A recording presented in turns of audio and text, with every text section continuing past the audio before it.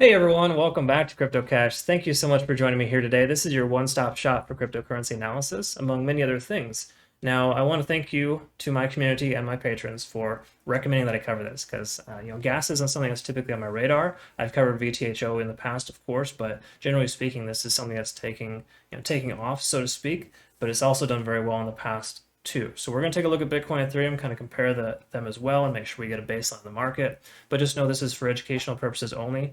You should always do your own research. And I am not a financial advisor. I just have years of trading experience, and I truly do love teaching other people how to become better traders. So if you stick around, you'll learn a thing or two, I promise. Feel free to reference the entire video for insight on how to kind of work effectively, to be a smarter, more better, more consistent trader.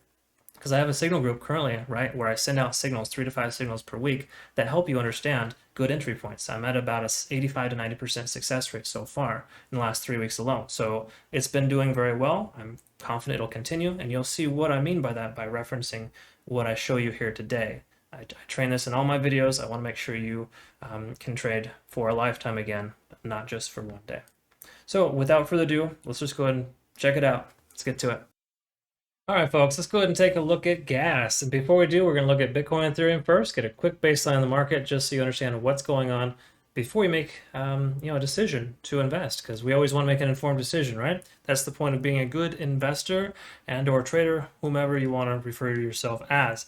Now, this is Bitcoin. First of all, we're going to look at, this is TradingView desktop application. We look at the 4-hour chart for Bitcoin, get the best perspective, because this is the time frame that works best for me. Everyone has their own preference, but I think it's a good, quick understanding of what's going on.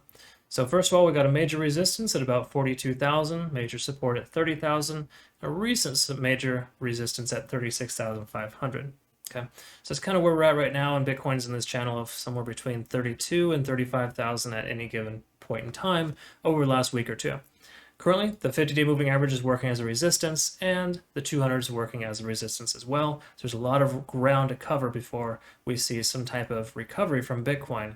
Big surprise, we've pretty much been saying that for about a month and a half now. So get used to it.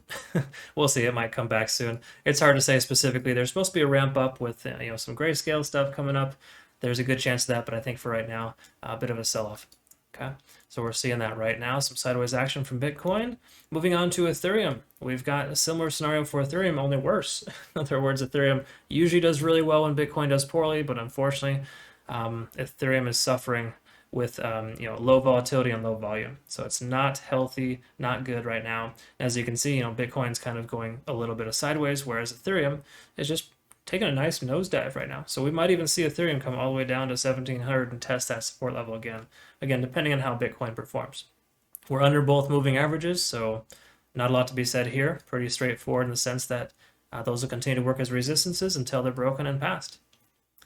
2,900 is a major resistance, though. That was tested about 10 times in about a month and a half ago, April-May timeframe. And at this point, we are looking at support at about 1,725. All right, let's take a look at gas and see what's going on here. What we do first, we look at the one-day chart and work our way down, right? To quickly identify how Bitcoin, influences, we'll say influence right now, gas, right? So how it essentially influences it. So look at the 17th of April, that was the first major sell-off. This is quite interesting. The price had just ramped up the day before and was retracing, and we saw April 17th here, a red candle followed by a green. So it actually didn't do terrible for that first sell-off, but the second one, the 22nd, drove the price down. And big surprise, the 25th, everything ramped back up. Bitcoin went sideways for a good, 2 or 3 weeks, and then it sold off again on, good old Elon candle, May 12th. There's the first, and May 18th is this guy here, right there. So all in all, not terrible. Surprisingly, gas is actually doing very well considering, where it was at previously and where it's at now. I mean, it was averaging somewhere between 10 and 17. And what we just tested almost $10 here today. So I think, with its average true range being between 10 and 17 prior to the Bitcoin sell-offs, there's a strong chance that the price could continue to increase. Obviously, we saw a retracement here today, but there could be a few other factors there. We'll take a look. RSI is well under 70, so we're in good shape, got a lot of room for growth here. Convergence occurred on the 28th. That seems to be a pretty common occurrence here, but we'll just go ahead and mark that, because I like to kind of compare that with the Ichimoku cloud on the 1 hour chart. We'll look at that here in a minute. So that's kind of where we're at for now on the 1 day chart. Let's look at the 4 hour. This is my favorite time frame. Interesting. This is again, purely coincidence because I try not to put a lot of weight into it. But do you see what happened here? The price ramped up just before we had a golden cross, right? So when the 50 comes up and the 200s kind of going sideways or down, that's considered a golden cross. And it essentially just constitutes the fact that it pushes the price in an upward fashion. That's usually what happens, which it did, coincidentally. So just keep that in mind. Also note that we have RSI well under 70 now, so a massive retracement, big surprise there. And the MACD, we did see a convergence as well, right here at July 10th at approximately 2100. Okay, so I just like to mark that as well, just so we can kind of see the correlation between the MACD, the signals it gives us for, as a swing trader, we should always pay attention to those, and then kind of see how that correlates on shorter time frames. So let's go ahead and take a look at the 1 hour chart now and see. First of all, we turn off the moving averages because those are simple moving averages. They're really only good and reliable on longer time frames. So I prefer my SMAs on the 4 hour or higher and my EMAs on the 15-minute or lower. Now for the 1 hour chart, something we want to look at first is the Ichimoku cloud. Look at that big surprise. So get this, the MACD on the 4 hour chart was telling us that we have a buy signal, right? Coincidentally, concurrently, however you want to say it, the 1 hour chart, no less than 1 hour later, gives us a buy signal on the Ichimoku cloud. Okay, now the Ichimoku cloud, if you're not familiar with it, if the price is above the cloud, it's considered a buy signal. If it's below, it's considered a sell signal. So this is considered a sell right here, and this is considered a buy signal here. We just identified that, right? So you can kind of see the correlation. When it's under, it stays below. When it's above, it stays above. If it's in between, you don't want to invest, right? So, but had you invested right here, that would have been okay because that was an indication of the MACD telling us it's going to pass and jump up through the cloud. Okay, there's that. And we can also look at the TD sequential. Now this one's going to be a little rocky, for lack of better terms, just based on the price action here. But generally speaking, you're looking for a 9 to make it easy. In other words, if you see here this first bull run, we got 1, 2, 3, 4, 5, 6, 7, 8, and then it didn't hit 9. And the reason why is because it was at that point of exhaustion and had already retraced. But typically the 9th candlestick, basically the 9th hour, 9th inning if you want to, in the Americas for baseball, whatever you want to correlate there, when you see a 9, it basically shows that you're going to likely have some type of reversal or retracement. So, throw that on the 1 hour chart and take a quick look. Right now, doesn't matter. We have these major increases and decreases. You're not going to see any 9s for a little while when it's doing this. But generally speaking, that's the common trend, the thing to look for. So those are just two things I use on the 1 hour chart. So if you're seeing kind of a common theme here, I have 2 indicators per time frame and only no more than 2 oscillators, which is always the RSI and MACD.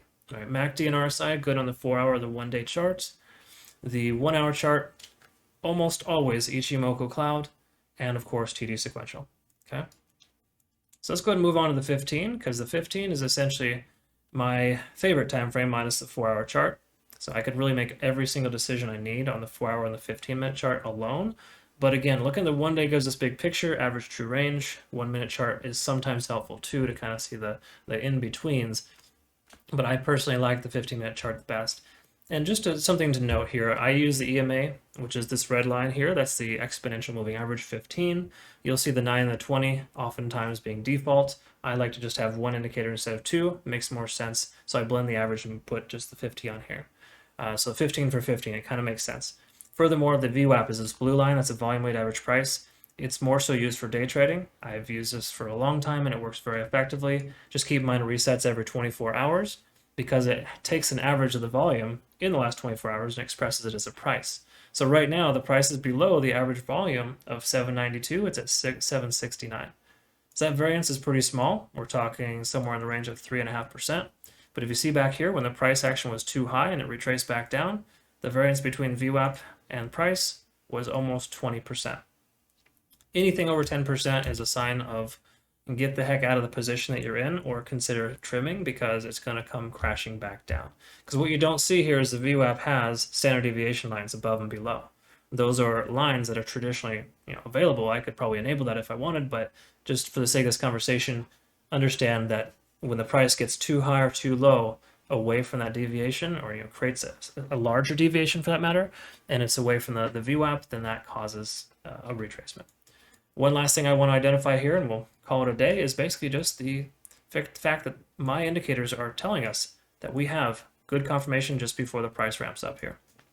So these are my indicators, the little yellow carrots here. What they're doing is they're telling you that the price has confirmation. In other words, only time to take entry isn't when the price is down, right? You're trying to buy the dip. That's a bad idea. You never do that. You buy the increase and you ride the wave, and you take the same road that the bears are taking to this higher point, right? Correction, I meant to say bulls. You're taking the same road as the bulls, right? Because if you're bearish, obviously you're going to do the inverse. But in this case here, why not take entry when you have confirmation? And confirmation for me is just 30 minutes of consistent green candle bar. In other words, these two candle bars here are closing above EMA and VWAP. That's why we got this notification signal telling us that we have confirmation. So this is 30 minutes here. So hypothetically, you would take entry right at this point. So that'd be somewhere in this range here. And then you would have what? Somewhere anywhere between, just say you got out right here, halfway up the increase, 15%, upwards of 27%. So you can get an average of just say 22, 23% on this trade alone, had you just followed this little simple rule, right? Now again, looking at the one-day chart to identify the MACD and seeing the prices over the cloud is step number one. If your price isn't over the cloud and the MACD isn't swinging convergently upwards, then you don't want to do this, because this is you're trying to find the bottom still, right? But those other things are telling us that we have a good buy signals here for gas, and that would have been a good consideration. Okay, so to kind of summarize here with my prediction, the price right now is just say 775, but it was upwards of almost 10 at its highest point. 10 was its lowest point on its average true range before the sell-off from Bitcoin. So what do we think is going to happen soon? Well, I foresee gas increasing. I wouldn't say it's going to happen today, because obviously we need to see these retracements occur in order for a good bull run to continue, right? So, I mean, obviously it got too tall for its britches, or I don't know, insert some kind of meme here, because it went too high too fast, right? That deviation was too intense and it couldn't handle the price action. It had to retrace. What we want to see is this. We want to see these little periods of consolidation between increases. This was too much. We don't like to see that, because that causes retracement. And then of course people pull out and they don't need to, etc. It's kind of a big mess. But if we can get this to go sideways and have just say, 4 to 12 hours of consolidation, and then another leg up, 4 to 12 hours consolidation, and just kind of continue, then that's what we're looking for. Those are the kind of bull runs we want. I don't know if you remember BNB went on a bull run. It lasted like 2 weeks. Every day it increased about 20%. It went from 300 to like 650.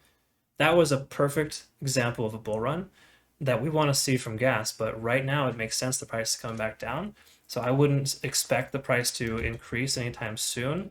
I would hope and wish that the price would go sideways for a little bit before it decides to go up again. Okay, so that's what we're looking for. That's what we want.